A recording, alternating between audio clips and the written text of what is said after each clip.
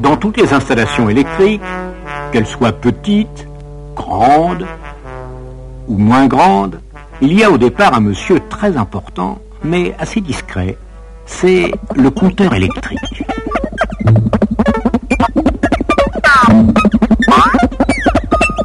Tout le monde en a un chez soi. Mussé dans une petite niche, généralement, où il passe son temps à compter. À compter quoi, au juste? Vous allez répondre, eh bien, il compte. Il compte, tout simplement, ce qu'il va falloir payer. Évidemment, mais c'est pas tout à fait ça. Ce qu'il compte exactement, le compteur électrique, c'est l'énergie électrique que vous dépensez. Il compte les kilowattheures. Je dis bien les kilowattheures qu'il ne faut pas confondre avec les kilowatts tout court. Les kilowatts mesurent la puissance des appareils électriques, comme les chevaux pour les automobiles. On sait bien que si on a un moteur pas très puissant, et un autre, beaucoup plus puissant, qui marche à plein régime pendant 1 heure, il y en a un qui aura brûlé beaucoup plus de carburant que l'autre, beaucoup plus d'énergie. On comprend cela très bien. Pour les fers à repasser et les réfrigérateurs, c'est pareil, sauf que cela va moins vite sur la route. L'énergie dépensée est égale à la puissance multipliée par le temps.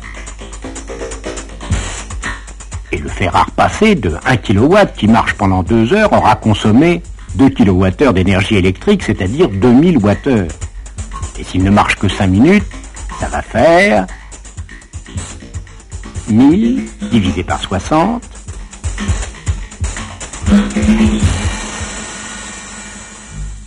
Donc notre charmant compteur mesure les wattheures et les kilowattheures de la même façon que sa copine, la pompe à essence, mesure les décilitres et les litres.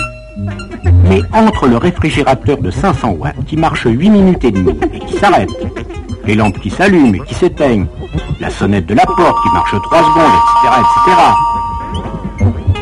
on pourrait se demander comment il fait pour s'y retrouver, le pauvre. Il faut qu'il y ait un ordinateur à l'intérieur. Si on le démontait, on trouverait des bobinages,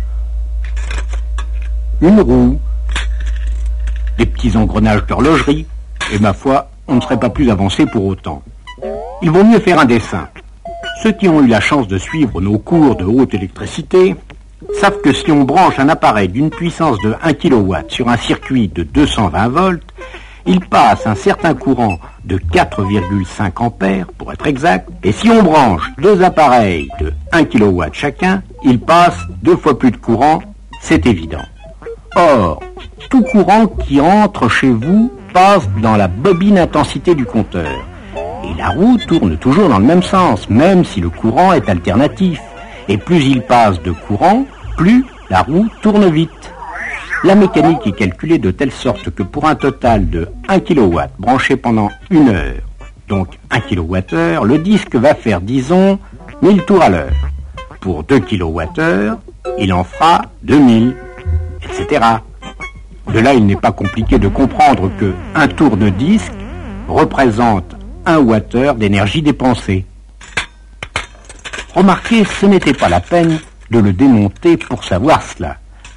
Parce que le calibrage, qui varie d'ailleurs selon les compteurs, est écrit dessus quelque part. De sorte que, si cela vous amuse, vous pouvez vérifier. Il vous suffit de rester pendant 4 mois à compter les tours. Après, vous faites le calcul. 45 859 tours multipliés par 1,45 Wh par tour égale... ce qui est effectivement ce qui vous sera facturé. Mais il vaut mieux laisser faire le compteur. La prochaine fois, on vous parlera d'un autre monsieur important, le disjoncteur.